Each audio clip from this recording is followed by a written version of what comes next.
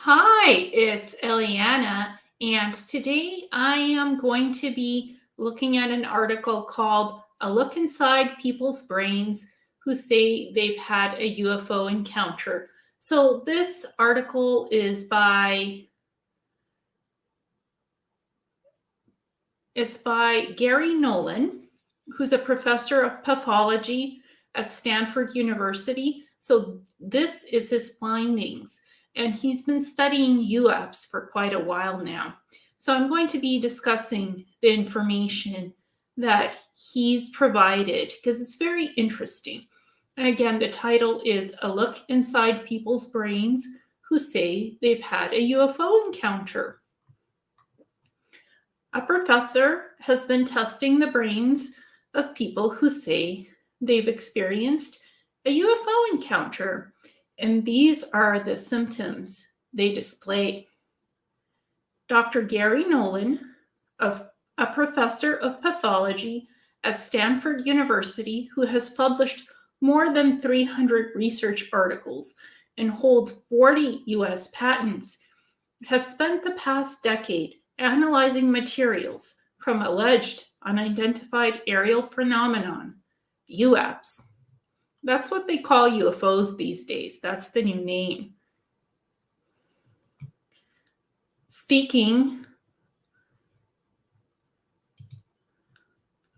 to Vice's Motherboard, Nolan opened up about his work and revealed what sparked his interest in UAPs. Nolan, who admitted to being an avid reader of science fiction, I'm also a science fiction fan, and I read science fiction books. Quite interested, I have been since I was a kid, said his interest took flight when he reached out to a man named Stephen Greer, who claimed a small skeleton was possibly an alien. It was eventually revealed that the skeleton was human, as it had a number of mutations in skeletal genes that could potentially explain the biology Nolan explained himself. So Nolan, he's a geneticist. He is a professor at Stanford. He is both the professor, a researcher, and a geneticist. So he actually looked at Dr. Greer's findings to see what was going on with this little skeleton that Dr. Greer said was an ET. Nolan published a paper titled Whole Genome Sequencing of the Atacama Skeleton shows that novel mutations are linked with dysplasia, which led the professor to be contacted by people linked to the CIA and various aeronautics corporations. So this little being, the Atacama being, it looks to be a humanoid being, but with a lot of little dysplasia mutations. That's why it was so small. It was like this big. It wasn't a big being. So that's what the Atacama being looked like, and it had a big head. So Dr. Nolan wanted to see if it was fully human or not. And it did have some traits that are not fully characteristic of humans. So it could be a new type of being that was evolving on Earth. But for the most part, it had human characteristics, but a lot of mutations in the genome. His involvement with UAP began after he was asked to use his blood analysis instrumentation to help with cases of pilots who were close to alleged UAPs and horrible brain damage. When asked if he could describe the more abnormal effects on the brains observed with the MRIs, Nolan said, if you've ever looked at an MRI of somebody with multiple sclerosis, there's something called white matter disease. It's scarring. So I've actually had white matter lesions in my brain in 2017, and I've had many sightings of UFOs, and I've been on many different spacecrafts and ships.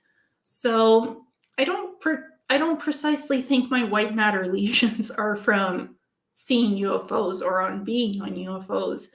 I think it's because of the Neuralink implants that were in my brain, and I did psychic surgery to remove them.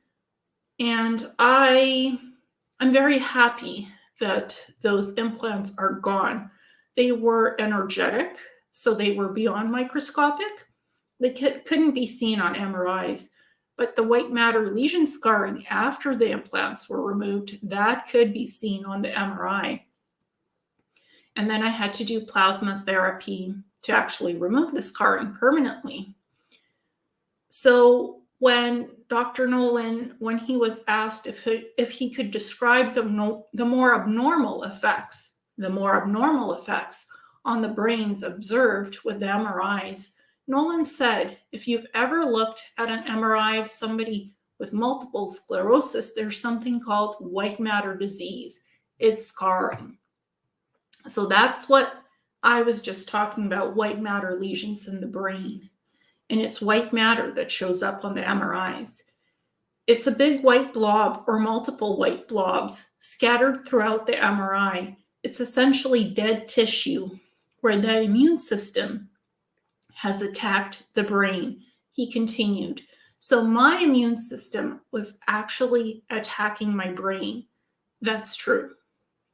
That's why I did the subcutaneous immunoglobulin plasma therapy, SCIG, to heal that scarring of the white matter lesion so it would disappear off the MRI.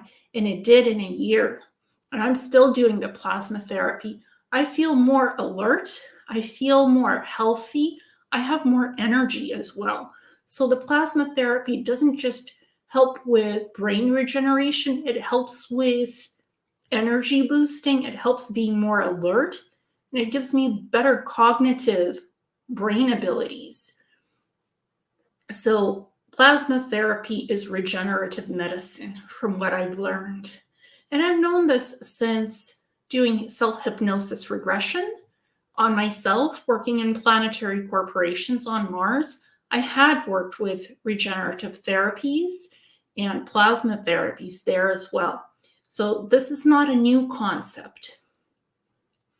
And my immune system is no longer attacking my brain because on my current MRI scans, I don't have any more white matter lesions. And no, I don't have multiple sclerosis. I never did. So he says that that's probably the closest thing that you could come to if you wanted to look at a snapshot from one of these individuals. You can pretty quickly see that there's something wrong. And I don't think that all pilots who come in contact with UFOs have white matter lesions. They might have had some neurological brain things beforehand. It's really hard to distinguish what is what here. Dr. Nolan has seen many MRIs, but I wouldn't precisely say that everybody who's witnessed UFOs has white matter lesions in their brain. And plasma therapy is human plasma that's derived from blood, that's separated from the blood. It's cleaned up, and it's regenerative plasma therapy that's available to humans to regenerate issues that have to do with neurological brain damage, cognitive damage, connective tissue issues in the body, movement disorders, MS, multiple sclerosis. Plasma therapy is used for that, to treat that, to remove the lesions. So Dr. Nolan said that approximately 100 patients, mostly defense or governmental personnel or people working in the aerospace industry, were analyzed, Nolan told Motherboard. So these were people from the defense or government personnel or the aerospace industry and pilots who supposedly saw the UFOs, and then they had this, magically, they had these white matter lesions in their brains. So I'm having a hard time believing that all people who see UFOs or UAPs, unidentified aerial phenomenon, that they have white matter lesions. So I think he needs to broaden the scope of the study. Sometimes you may have neurological things that a person is not even aware of, and it can create the white matter lesions like nervous system disorders, or your immune system has disorders as well. You might have autoimmune disorders. Those cause white matter lesions in the brain. Multiple sclerosis does as well. So there's a lot of factors of what can be happening in your brain. And now Nolan goes on to talk about symptoms and working with Dr. Kit Green, who studied some of the people from what Nolan called a smorgasbord of patients. You have a smorgasbord of patients, some of whom had heard weird noises buzzing in their head, got sick, etc., Nolan said. So supposedly when these people saw the UFOs or had encounters with them, they heard weird noises buzzing in their head and got sick. So you can also get sick from sonic weapons, from coming in contact with sonic weapons or ultrasonic weapons. So you can basically, if you come in contact with those type of weapons, it can make you sick in the brain and cause lesions as well. So there's energy beam weapons that target people, so you can get brain damage from that as well.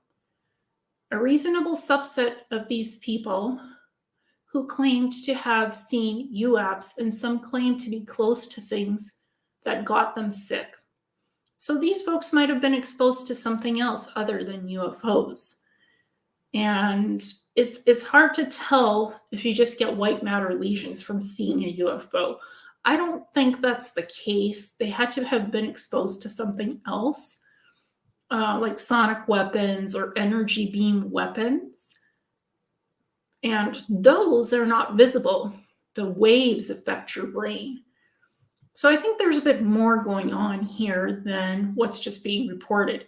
Ultimately, his team, Nolan's team and Dr. Kit Green's, learned the people who they originally thought were damaged had an over-connection of neurons between the head of the caudate and the putamen in the brain.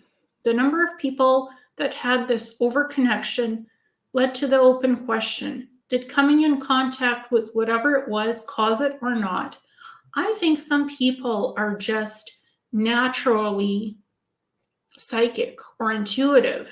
That's why they have this over-connection with the neurons in the brain, because they can see things, because their brain is more active, so they can see more things like UFO phenomenon in the sky. They can see through the densities of reality, beyond the densities, beyond the 3D dimension of this reality. They can see beyond that and see even cloaked UFOs. So that's, I think, what's happening here, this overconnection of neurons. Nolan said that approximately a quarter of their MRI patients who claimed they had an encounter died from their injuries. I don't think they died from their injuries. People don't just die from a few white matter lesions in their brain. I didn't die from mine. I just chose to work with regenerative medicine to heal this, to heal my immune system, to heal my brain, to heal neurological issues. I don't see the report of how many people died from white matter lesions. There's no count. So I don't know if that's even true or not. And if the majority were found to have symptoms identical to Havana syndrome, but some people who had seen UAPs didn't have Havana syndrome and instead a wide range of symptoms.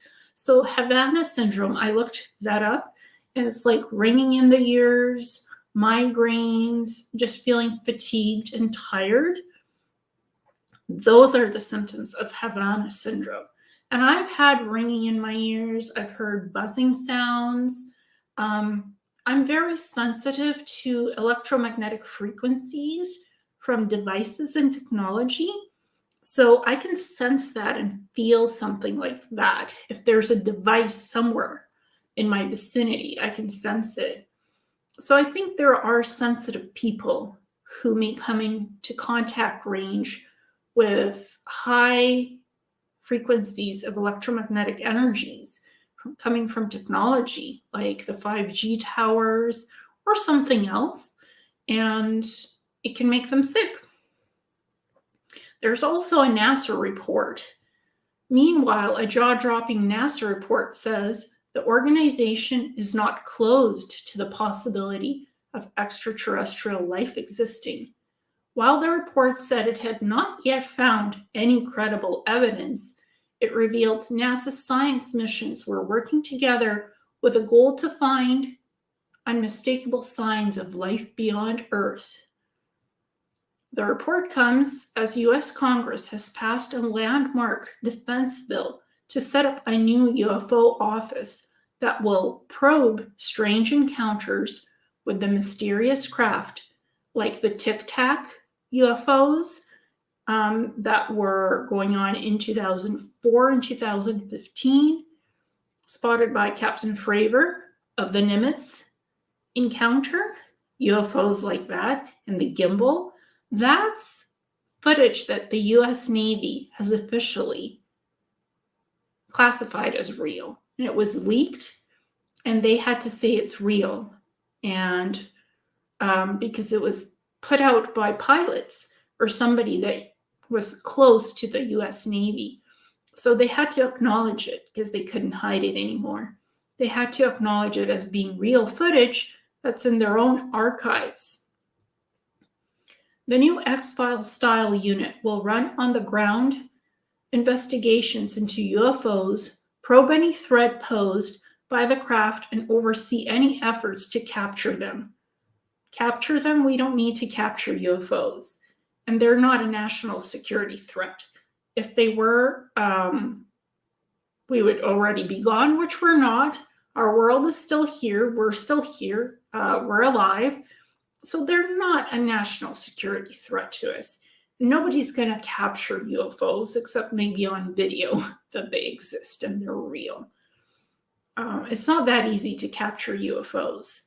And China's space agency has found a tiny hut on the moon and dubbed it a mysterious house after spotting the cube on the far side of the lunar surface. Interesting. I don't think it's a hut. It's probably the remnants of some ancient civilization extraterrestrial base or active bases of the secret space program.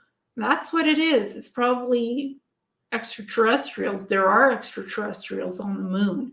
There's bases, there's colonies, there's stuff in craters and on the surface.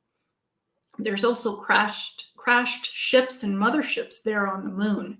As well, there's bases on Mars, protected by domes. So there's a lot of things going on the moon and Mars. And I think we're going to get more drip disclosure that the Chinese space program is finding things, that there's images coming from NASA, that there's things on the moon and on Mars that they're no longer redacting from the rover images. It's like slow disclosure. Why hide it when they're just like, they have plausible deniability. Plausible deniability already exists. They just don't acknowledge that it's real, but it's in the images. They no longer have to even redact that stuff. And they don't, because things are popping up in images left and right. Because the US Navy has made it acceptable that UAPs and UFOs are real. So, of course, you don't have to hide things anymore. You can just leave it in the pictures and on the Google Maps of Mars, the moon, and it's there. People can study it, can see it, and make up their own minds what's going on and what's out there. Like there's a new X-Files style program that the government is going to be studying UFOs and UAPs. So they admit that they have a new program. You don't have to even hide that they have such programs anymore. They're openly saying all of this is good and acceptable, and UFOs and extraterrestrials exist. So that's fact now. That's been acknowledged. by the US Navy and government. So we're not in the dark ages or the shadows anymore. This is out in the open, and that's good. It's good that this is now something that we can openly talk more about and explore. These topics are not taboo anymore. They're open to discussion. They're open to people exploring these topics and examining them and openly talking about it in society without being ridiculed. So I just wanted to share UFO extraterrestrial news, what's hot in the news now with this Dr. Gary Nolan, and what was in the article. So thank you so much, and namaste.